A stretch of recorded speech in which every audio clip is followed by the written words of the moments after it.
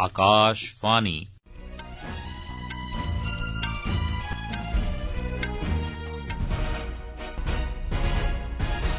खबरां विकास शर्मा कोला। प्रधानमंत्री नरेंद्र मोदी होरें COP28 दी इक उच्च स्तरीय बैठक गी संबोधित कीता ते ग्रीन क्रेडिट जनेही पहल गी प्रस्तावित कीता। राष्ट्रपति द्रौपदी मुर्मू होरें सशस्त्र बल मैडिकल कालेज पुणे दे 70 ब'रे पूरे होने पर राष्ट्रपति दा निशान प्रदान कीता। भारत दे विनिर्माण क्षेत्र दा प्रदर्शन नवंबर च बी शानदार तरीके कन्नै जारी। केंद्री गृह मंत्री अमित शाह होरें आखेआ जे मुल्ख गी सीमा सुरक्षा बल BSF उप्पर मान ऐ, जेड़े अपनी दलेरी ते शौर्य कन्नै मुल्ख दे बन्ने गी अभेद्य बनांदे न। सरकारै कनक, मैदा ते टोटा चौल सने खाने पीने आली चीजें बस्तें दे निर्यात दी इजाजत देई दित्ती ऐ। हुण खबरां तफसील कन्नै। प्रधानमंत्री नरेंद्र मोदी होरें अज्ज दुबई च COP28 दे उच्च स्तरीय सैगमेंट गी संबोधित करदे होई भारत दे 1.4 बिलियन लोकें गी शुभकामनां दित्तियां न। किट्ठे होए दे नेताएं दा आभार प्रगट करदे होई श्री मोदी होरें जलवायु न्याय, जलवायु वित्त ते ग्रीन क्रेडिट दे मते महत्व आले मुद्दें उप्पर ओहदे लगातार समर्थन गी स्वीकार कीता। सांझे जतनें पर जोर दिंदे होई प्रधानमंत्री होरें इस वैश्विक सैहमति उप्पर लोऽ पाई जे मनुक्खता दी भलाई बेहतरी आस्तै हर कुसै दे हितें दी रक्षा ते सांझी भागीदारी गी यकीनी बनाना अत्त लाजमी ऐ। G20 दी अध्यक्षता दौरान भारत दे योगदानै उप्पर चिंता प्रकट करदे होई श्री मोदी होरें विकास समझौते, सतत विकास समझौते ते 2030 तक्कर वैश्विक ऊर्जा गी 3 गुना करने दी प्रतिबद्धता उप्पर भी लोऽ पाई। भारत दे हाइड्रोजन समेत वैकल्पिक ईंधनें गी बढ़ावा देने ते वैश्विक जैव ईंधन दी शुरुआत गठबंधन गी भी रेखांकित कीता गेआ। प्रधानमंत्री होरें टापू राज्यें लेई बुनियादी ढांचे सरबंधी पैह्लकदमिएं दी घोषणा कीती ऐ, जिसदा मकसद जलवायु लचीलेपन गी बधाना ऐ। COP28 च वैश्विक लीडरें दे किट्ठ थमां पैह्ले अज्ज जलवायु सरबंधत निवेश संस्था अल्टेरा गी $30 अरब देने दी घोषणा कीती गेई ऐ। एह्दे कन्नै गै जलवायु कारवाई आस्तै समर्पित निजी संस्था अल्टेरा सब्भनें थमां बड्डा संस्थान बनी गेई ऐ। एह् संस्था ब'रे 2030 तक्कर $250 अरब दा निवेश करोग। COP28 दे अध्यक्ष डॉ सुल्तान अल जबर होरें आखेआ जे अल्टेरा दी स्थापना कन्नै अंतर्राष्ट्रीय जलवायु वित्त च नमां युग शुरू होग। राष्ट्रपति द्रौपदी मुर्मू होरें आखेआ जे सशस्त्र बल मैडिकल कालेज पुणे ने अपने 75 ब'रे दे शानदार इतिहास च देश ते विदेशें च मैडिकल सेवाएं गी उपलब्ध करोआने च सराहनीय कम्म कीता ऐ। राष्ट्रपति होरें अज्ज पुणे च सशस्त्र बल मैडिकल कालेज गी राष्ट्रपति झंडा प्रदान कीता। राष्ट्रपति का निशान दे नां कन्नै मशहूर एह् झंडा फौजी इकाई गी दित्ता जाने आला सब्भनें शा बड्डा सम्मान ऐ।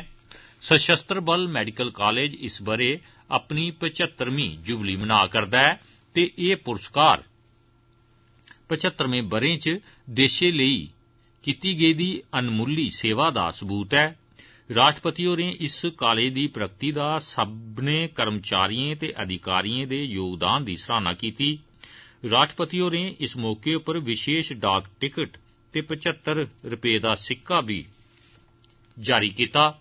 राष्ट्रपति होरें इस कालेज थमां पास होने आली महिला अफसरें गी सशस्त्र बलें च सीनियर औह्दे उप्पर रौह्ने आली पैह्ली महिला न। होरनें महिलाएं लेई आदर्श न। उनें AFMC गी अपील कीती ऐ जे ओह् अपनी सेवाएं च आर्टिफिशियल इंटैलीजेंस जनेही नमीं तकनीकें दा इस्तेमाल करन तां जे उंदी गुणवत्ता गी होर बधाया जाई सके। राष्ट्रपति होरें इस संगठन दे बहादुर कर्मचारियें दे कोरोना दौरान कीते गेदे कम्में दी भी सराहना कीती। उप राष्ट्रपति जगदीप धनखड़ होरें 5वीं कुल संसारी आयुर्वेद उत्सव का अज केरल के थिरुवनंतपुरम विच ग्रीनफील्ड स्टेडियम विच उद्घाटन किया। अपने उद्घाटनी संबोधन विच श्री धनखड़ होरें आख्या जे भारत सरकार आयुर्वेद गी कुल संसारी स्तर उपर पन्छान दुआने ते वैश्विक वृद्धि लई निर्णायक भूमिका निभा करदी है। उनें आख्या जे भारत आयुर्वेद विच वैश्विक लीडर दे तौरा पर खड़ोते दा है। उनें आख्या जे आयुष मंत्रालय ने राष्ट्रीय आयुर्वेद दिवस दे पालन ते आयुर्वेद दे एकीकरण लई कम्म करा करदी है। उनें आख्या जे आयुष मंत्रालय आसेआ मुल्ख भरे च आयुष भारत स्कीम तैहत आयुष सेहत ते कल्याण केन्द्र बनाए जा करदे न। एह खबरां तुस आकाशवाणी परा सुना करदे हो। भारत दे विनिर्माण क्षेत्र ने कीमतें दा दबाव घट्ट होने ते निग्गर मंग कारण इस बरे नवंबर च भी शानदार प्रदर्शन जारी रखा। महीने महीने आले सर्वेक्षण मुजब विनिर्माण क्षेत्र दा तगड़ा प्रदर्शन अगले बरे जारी रौहने दी संभावना है।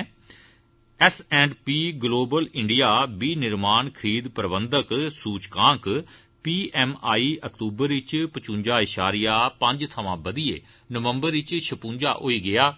S&P ग्लोबल मार्केट इंटैलीजेंस च आर्थिक एसोसिएट निदेशक पोलियाना डी लीमा होरें दस्सिया जे घरेलू ते विदेशी दौनें स्तरें पर नमां कारोबार सुरक्षित करने दा कंपनियें दा समर्थ इस क्षेत्र दी कामयाबी दे केंद्र च रेहा। उनें दस्सिया जे इस क्षेत्र दे मजूरें दे बाजार लेई नमें आर्डर च बाद्दे दा सिलसिला जारी रौहने दे कन्नै नमें कर्मियें दी भर्थी भी बधी है।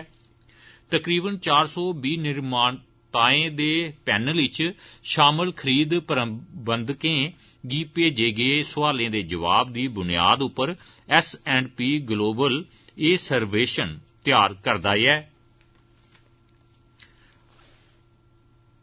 बपार मंत्री पीयूष गोयल होरें आख्या जे भारत दा ध्यान बुनियादी ढांचे पर है जेड़ा अर्थव्यवस्था गी सशक्त बना करदा है ते एहदे च तेजी दिया करदा है। नमीं दिल्ली च अज्ज त्री भारत दुआर पूंजी बाजार शिखर सम्मेलन 2023 दे उद्घाटन सत्र गी संबोधित करदे होई श्री गोयल होरें आख्या जे सरकार ते निजी खेतर दौनें आसेआ कीते गेदे बड्डे निवेश कन्नै देश दी बुनियादी ढांचे दी क्षमताएं गी बढ़ावा थ्होआ करदा है। उनें दस्सिया जे भारत विश्व दी 5वीं सब्भनें थमां बड्डी अर्थव्यवस्था है ते इस माली बरे दी दूई तिमाही च अर्थव्यवस्था 7.6% दी तेजी कन्नै बधा करदी है। मंत्री होरें आख्या जे शेयर बाजार भी पहली बारी 4 ट्रिलियन तक्कर पुज्जी गया है ते भारत गी 5 वैश्विक बाजारें चा पैहले थाह्रा पर है ते एहदे अग्गे मते मौके न। केंद्रीय सूचना ते प्रसारण राज्य मंत्री डॉक्टर एल मुरुगन होरें आख्या है जे अमृत काल दौरान भारत दा विकास अभूतपूर्व होआ करदा है। चेन्नई च नेहरू युवा केंद्र आसेआ आयोजित कार्यक्रम च युवाएं कन्नै गल्ल करदे होई उनें आख्या जे प्रधानमंत्री नरेंद्र मोदी हुंदी अगुवाई च सरकार युवा कौशल प्रतिभाएं गी मीडिया प्रौद्योगिकी दे क्षेत्र च स्टार्ट अप आस्ते प्रोत्साहित करा करदी है। उनें गलाया जे एह दिक्खियै खुशी हुंदी है जे युवा बच्चे अंतर्राष्ट्रीय सतह उपर उद्यमी बनने दा साहस रखदे न। श्री मुरुगन होरें आख्या जे बक्ख-बक्ख क्षेत्रें च आत्म निर्भर पहल दे तैहत मुल्ख ना छड़ा निर्यात च सगुआं आत्म निर्भरता च भी सुधार करने च सक्षम होआ है। उनें गलाया जे भारत ने अंतरिक्ष क्षेत्र च भी अपना लोहा मनवाया है। उनें गलाया जे इसरो दे साइंसदानें चंद्रमा दे दक्खनी ध्रुव आस्ते सब्भनें थमां बड्डे मिशन चंद्रयान 3 गी कामयाबी कन्नै लांच कीता हा। सीमा सुरक्षा बल BSF दे स्थापना दिवस उपर प्रधानमंत्री नरेंद्र मोदी होरें बल दी सराहना कीती है जिसने मुल्खै दे बन्ने दे संरक्षण दे तौरा पर अपनी पन्छान बनाई है। सोशल मीडिया पोस्ट उपर श्री मोदी होरें आख्या जे राष्ट्र दी रक्षा च उंदी वीरता ते समर्पित भावना ओहदा टकोह्दा प्रमाण है। प्रधानमंत्री होरें कुदरती आपदाएं दे मद्देनजर बचाव ते राहत कम्म दौरान भी BSF दी भूमिका दी बड़ेयाई कीती है। एह खबरां तुस आकाशवाणी परा सुना करदे हो। केंद्री गृह मंत्री अमित शाह होरें अज्ज झारखंड दे हजारीबाग इच BSF मेरू सिखलाई केंद्र इच सीमा सुरक्षा बल दे 69वें स्थापना दिवस समारोह च हिस्सा लैता। उनें इस मौके परेड दी सलामी लैती। इस मौके पर श्री शाह होरें आखेआ जे मुल्ख गी सीमा सुरक्षा बल उप्पर मान ऐ जेड़े अपने साहस ते शौर्य कन्नै मुल्ख दी सीमाएं गी अभेद्य बनांदा ऐ। उनें गलाया जे मुल्ख दी सुरक्षा दे कन्नो कन्नी BSF ने आपदा प्रबंधन ते पर्यावरण सुरक्षा च केई उपलब्धियां हासल कीतियां न। गृह मंत्री होरें सीमा सुरक्षा बल दे दलेर शहीद जवानें गी श्रद्धांजलि भेंट करदे होई आखेआ जे मातृभूमि आस्ते अपना सर्वोच्च बलिदान ते त्याग लेई मुल्ख उंदा म्हेशा कर्जदार रौह्ग। BSF दे स्थापना दिवस उप्पर कुल 32 तगमे ते वीरता पुरस्कार प्रदान कीते गे। 5 तगमे अपने प्राण नौशावर करने आले दे परोआर आलें गी दित्ते गे। BSF कर्मियें गी 11 विशिष्ट सेवा पदक दित्ते गे। स्थापना दिवस परेड च 1000 सोयां मते मर्दें ते महिला कर्मियें हिस्सा लैता। सरकार ने आखेआ जे राष्ट्रव्यापी जीवन प्रमाण पत्र अभियान दे दूए चरण दे दौरान 1 करोड़ 15 लक्ख थमां बद्ध डिजिटल जीवन प्रमाण पत्र जारी कीते गे न।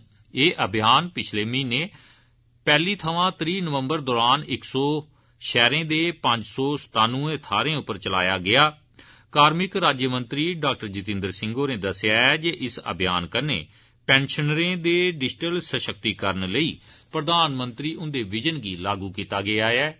इस अभियान दौरान 38 लक्ख केंद्र सरकार दे पेंशनरें लेई डिजिटल जीवन प्रमाण पत्र जारी कीते गे, जिंदे चा चेहरा प्रमाणित डिजिटल जीवन प्रमाण पत्र दी गिनतरी तकरीबन 10 लक्ख ही।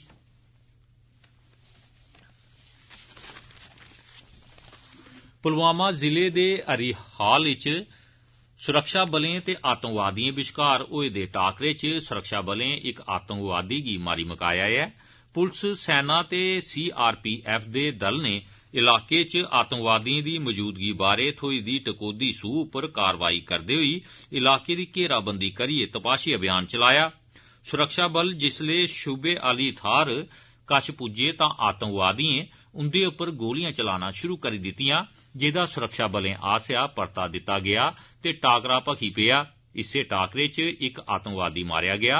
मारे गेदे आतंकवादी दी पन्छान किफायत आयूब अली दे तौर उप्पर होई ऐ, जेह्ड़ा शोपियां दे पिंजोरा थाह्र दा बसनीक हा।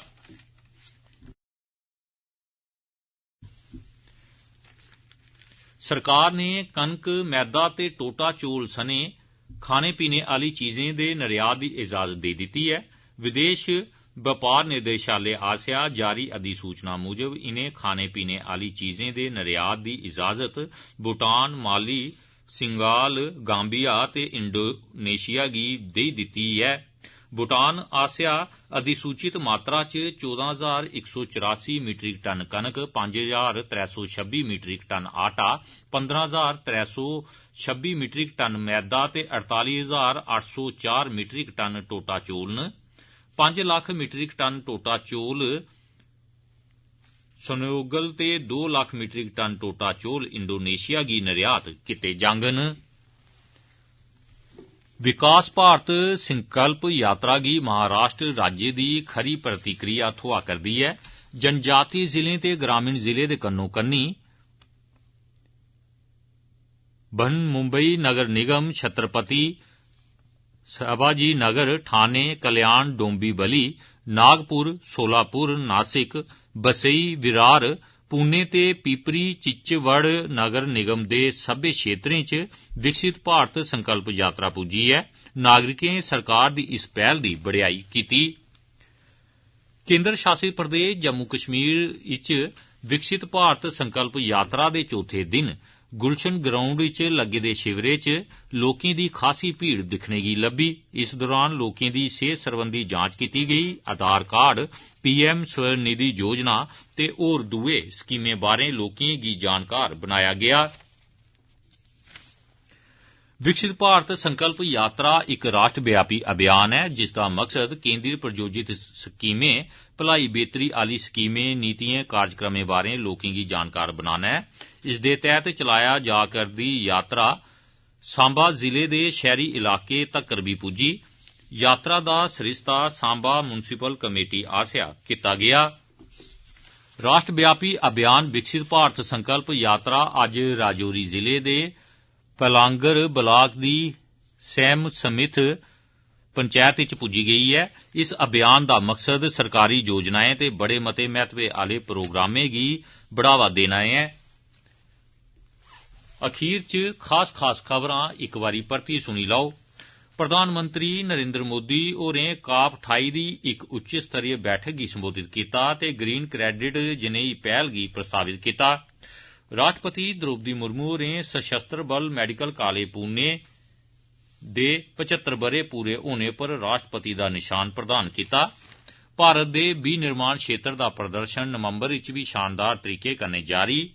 केंद्रीय गृह मंत्री अमित शाह होरें आखेआ जे मुल्ख गी सीमा सुरक्षा बल BSF उप्पर मान है जेड़े अपनी दलेरी ते शौर्य कन्नै मुल्ख दे बन्ने गी अभेद्य बनांदे न ते सरकारै कनक मैदा ते टोटा चौल सने खाने पीने आली चीजें बस्तें दे निर्यात दी इजाजत देई दित्ती ऐ।